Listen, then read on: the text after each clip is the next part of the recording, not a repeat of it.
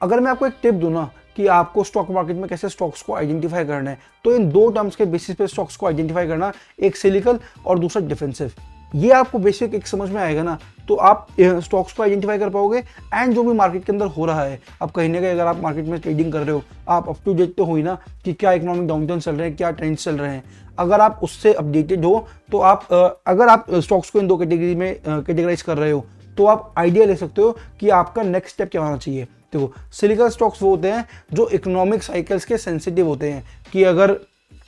Market down जाएगी तो वो स्टॉक्स भी डाउन जाएंगे, मार्केट अप जाएगी तो वो स्टॉक्स भी अप जाएंगे, तो ये कोई सिलिकल स्टॉक्स। लेकिन दूसरी तरफ होते हैं डिफेंसिव स्टॉक्स, जिनको इकोनॉमिक चेंजेस से फर्क नहीं पड़ता है।